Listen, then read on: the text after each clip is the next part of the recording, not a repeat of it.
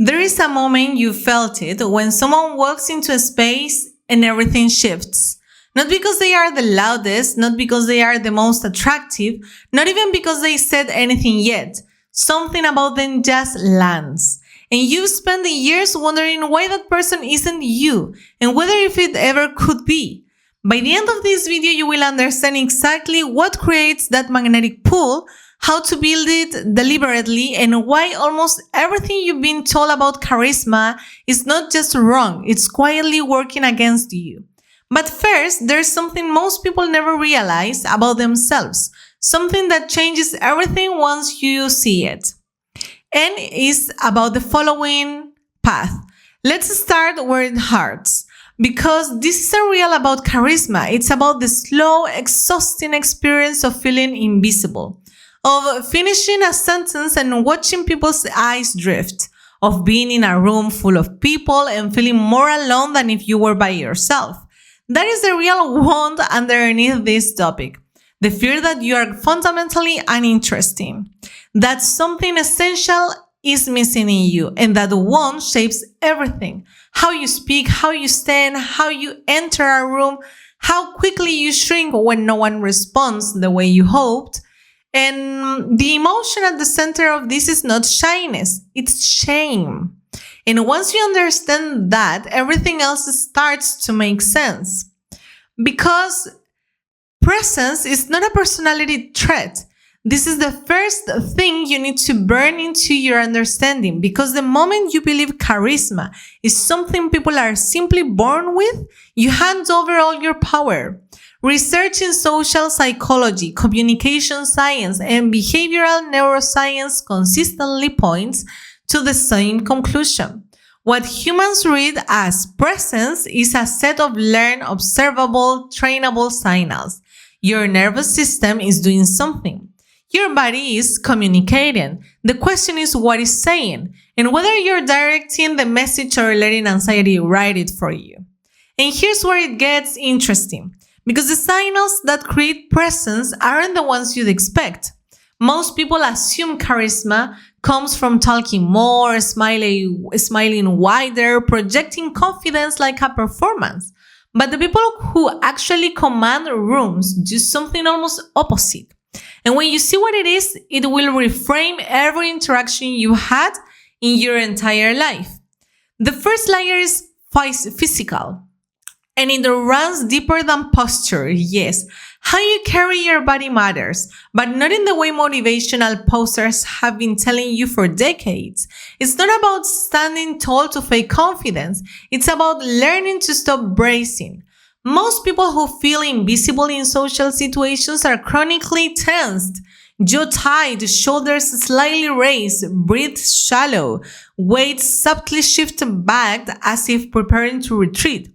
That tension is a full body apology. It tells every nervous system around you, I am not sure I should be here. And human beings, wired for social survival, pick that up instantly, even when they can name it. The shift doesn't come from forcing your shoulders down. It comes from learning to inhabit your own space without asking permission. To breathe fully in a room, to let your feet land on the ground like you have a right to be there, because you do. That single internal change restores how others perceive you before you've said a single word. And the second layer is attention. And this is where most people have it completely backward. They think charisma means making people pay attention to you.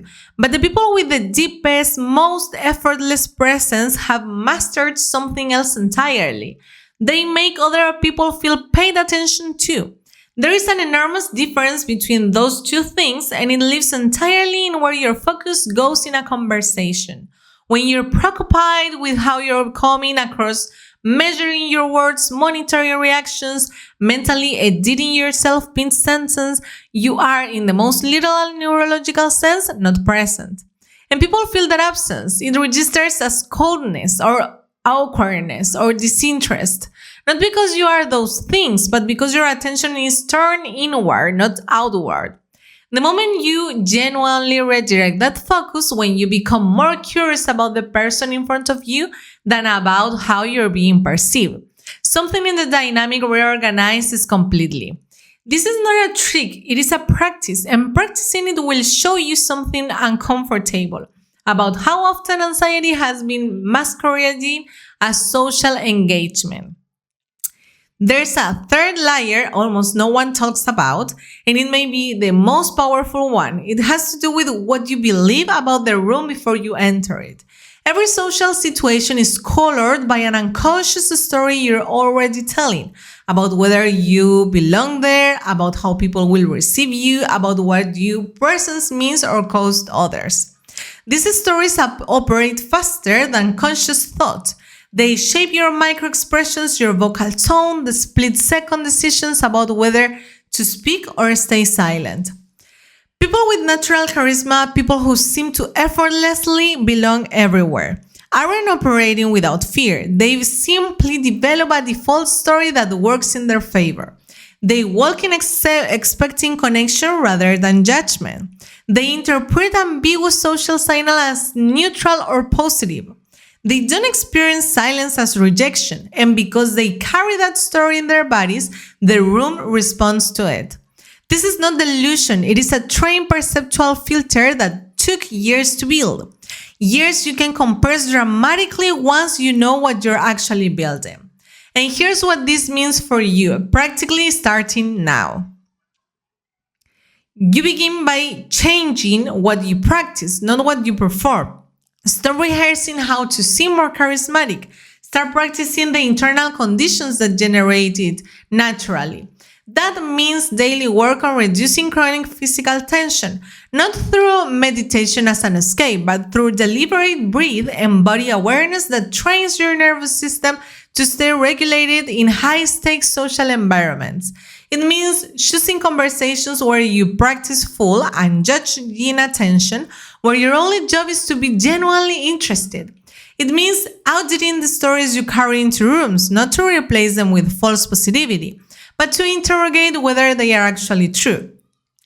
The shame that fuels invisibility, that deep fear of being fundamentally uninteresting, dissolves not when you become more impressive, but when you stop making yourself smaller. Charisma is not an addition, it's what's left when the apologizing stops. And here's the important point. Now, the thing promised at the beginning of this video, that person you walk into the room and made everything shift, what did they actually have? Here is the answer. Stripped to its core, they weren't managing how they were seen. They were simply completely unapologetically there. No performance, no monitoring, no internal exit strategy. Just full presence in a body that had stopped bracing with attention that moved outward instead of inward. That is available to you, not as a distant goal, as a practice that begins the moment this video ends. The room has always been waiting for you to stop asking if you're allowed to take up space in it, and just take it.